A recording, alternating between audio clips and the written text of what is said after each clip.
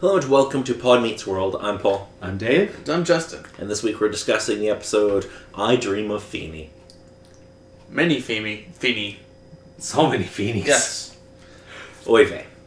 This episode originally aired May 13th, 1993, attracting 16.3 million viewers. Any guesses what was number one at the box office this week? None. Batman and Robin? Are you fucking hot? No. It's a movie called With Honors. Well, yeah, I wouldn't have guessed that. You've never seen it. David, you've never seen it either. I haven't seen it. That's why I guessed something... I don't know. Number one on the Billboard charts, The Sign by Ace of Base. Notable video games released at this time. Not applicable. Sadness. Well, that's saddening.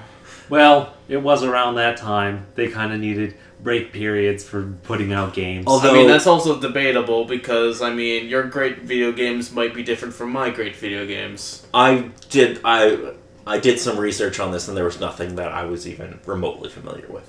In what, 1993? Yeah, like that specific time frame. From the last episode to this one. Nothing. Okay. Fair enough. Although, next week we will have a ton to talk about because that was a fucking loaded summer. I bet. Oh, you have no idea, Justin. 93? It was a good fuck. The 3DO. Ooh. Anyway, WWF champion at the time, Hulk Hogan, winning the belt at WrestleMania 9 after being a dickhead. We're going to go into that now, eh? I guess we may as well. Oh yeah, I made you watch that! Yeah. Oh no, I made you watch... Did I make you watch Something? 9 or 10? I don't know, he made me watch No, something. that was 10. That was Caesar's Parking Lot.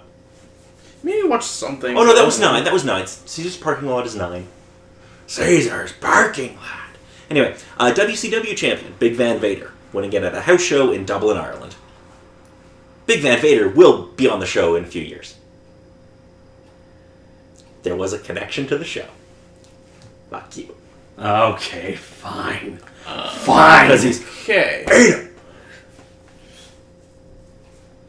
You'll understand eventually. The episode starts with Corey and Sean stuck having to take a geography test they haven't remotely prepared for. Because that's never happened before. Corey laments the fact that Mr. Feeny has never taken a paid sick day in his career and wishes his teacher would get sick on the day of the test. When it actually happens, Corey's delighted and he claims to have a superpower to make people sick. While Sean scoffs, Topanga insists that the power of the mind should not be taken lightly. They call me Sick Boy. I could make a joke there, but I won't.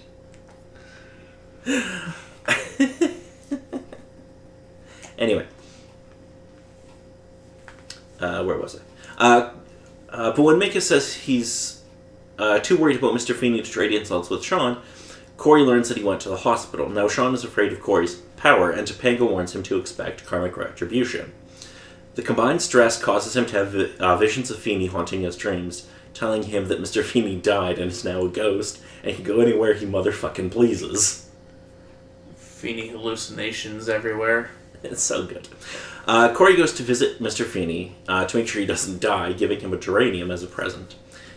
Heeding advice from his father, Corey thanks Feeny for being his teacher while he still has the chance. The two even share a guy moment regarding the pretty nurse, Jill. When he gets out of the hospital, Feeny plants the geranium, using it as a metaphor for Corey's growth.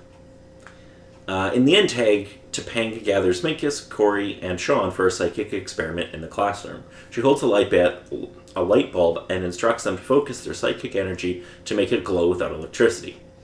This is bullshit. Corey and Sean think this is ridiculous and make jokes. Sensible. Minkus comes to Topanga's defense, declaring that the only thing their selfish minds care about is something that they really want to see happen. Corey and Sean look at each other and focus really hard, causing Minkus to vanish into thin air. While they applaud themselves, Topanga's confused because she's looking at the light bulb, which didn't light. So suddenly he doesn't exist anymore. Yep. They erased him from existence from this episode on? I think he pops up once or twice from now on. Okay. But he's basically gone from the show. Tragic. The power of the end title card. I mean, these aren't canon. So yeah, I very know, true. but So it's very like he time traveled before, sort of. true. I know that was also in the end card. Yeah. Yeah, that was a title saying, and they don't really count towards continuity. So true. So just to get this thing off of my brain, they said there are so many Feenies. They said there was only one Feeny. Yeah, okay, I was right. He will make an appearance in season 5, but otherwise this is his last episode. Wow. That's insane. In an episode entitled Graduation. Guess what happens in that episode? Let's see. They're in grade 7 now? Going into grade 7? Let's see. Graduation. No. Damn it. That's the wedding episode. What? I'm fucking with you, you fucking numpty. It's like, that doesn't make any sense. That's the kind of thing I would do if I was writing the show. Fuck with them. Let's change. What will they last expect this episode to be about? Anyway, so what did you all think of this episode? It turned out good. There was, much Feeny. There's many Feenies, and some of them looked really shitty. Yeah. Yeah, the one lying down on the fridge was a little questionable. A few of them had pixel face. Well, Yeah, they were okay, tiny. when we look at the low quality of, standard def at that time, Nah. They still had pixel face. yeah. It didn't look good, but it's fine, I guess. But I was jealous. Those cupcakes looked decent. They looked fine. I mean, they weren't really... It was a case of I didn't have anything to eat at the moment, and it was like, I'm hungry now. It was cupcakes, and then the tray dropped to the floor. No. Alrighty. So, anything else about this episode you wanted to bring up? Any more introductions of the substitute teacher that was there, or was that just a one-time thing? I think she's a one-off, but I don't remember for sure. None. And I didn't bother looking it up because I didn't think that would be an actual question I would be asked. You need to be ready for everything there, Paul. You should know this. Okay, then It'll you can take do all longer the to editing. prepare. Jeez. You're probably going to have to need to give me some lessons. Also, maybe help upgrade my rig. Well, okay, get me some money and that can happen. You got money? Fuck no. No, Then it might be a You while. get the money and you throw it at the wall and you have a computer. That's how it works, right?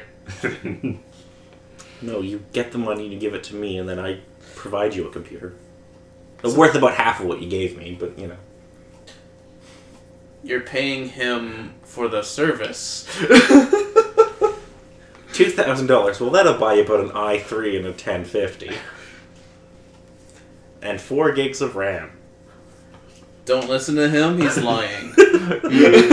Shut up, Justin! He doesn't know shit. I know that, that's why I'm saying. God damn it, I'm trying to make some money up in here. Before you get into the comics, no comments about it. Don't worry, I already know I'm stupid. Okay, fine, you can have a 1050 Ti. It's still not much different. Shut your mouth. I have a 1050 Ti. They're not expensive. I know, I have an RX 580. It's not an expensive card either. We may have gone a little off the rails. No, not at all. That never happens here. Anyway, we're done with the season. This is the end of season 1. So what have you all thought of the season as a whole? It's It's pretty sitcom-y, the first year. It's a comedy. Pretty much, yeah. Yeah, well, that'll change pretty quick. It'll be less standard sitcom. I want to say in season 2 even.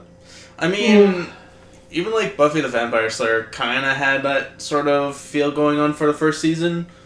Ish. Yeah, I mean, well, the first season of Buffy was much more... It was much lighter. Yeah. There was nothing tragic that happens in season I mean, 1. I'm not saying anything What? tragic will happen terribly in Boy Meets World to that scale. No, what's his name got eaten in season 1? of Buffy. With the Buffys. Yeah. And the pig. Don't forget about the pig. That was the biggest tragedy. The pig got eaten. I know. So true. Poor little bacon. Hammy.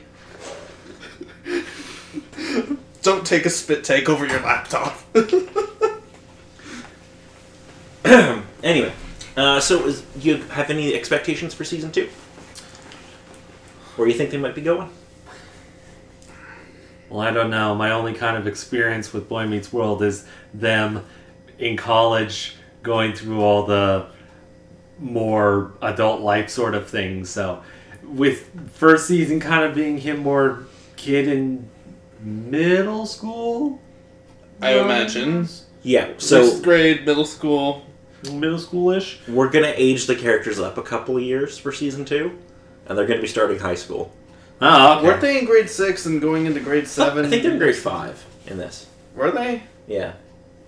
Because I think there's like a 2-year... They age them a couple of years in between these seasons. Because they're kind of like, we need to move on to something more interesting. There's only so much you can do with one section of thingies. I could swear they were in grade 6, though. I don't know. I could be wrong. I don't know. Anyway, until next time, I'm Paul. And Dave? And I'm Justin.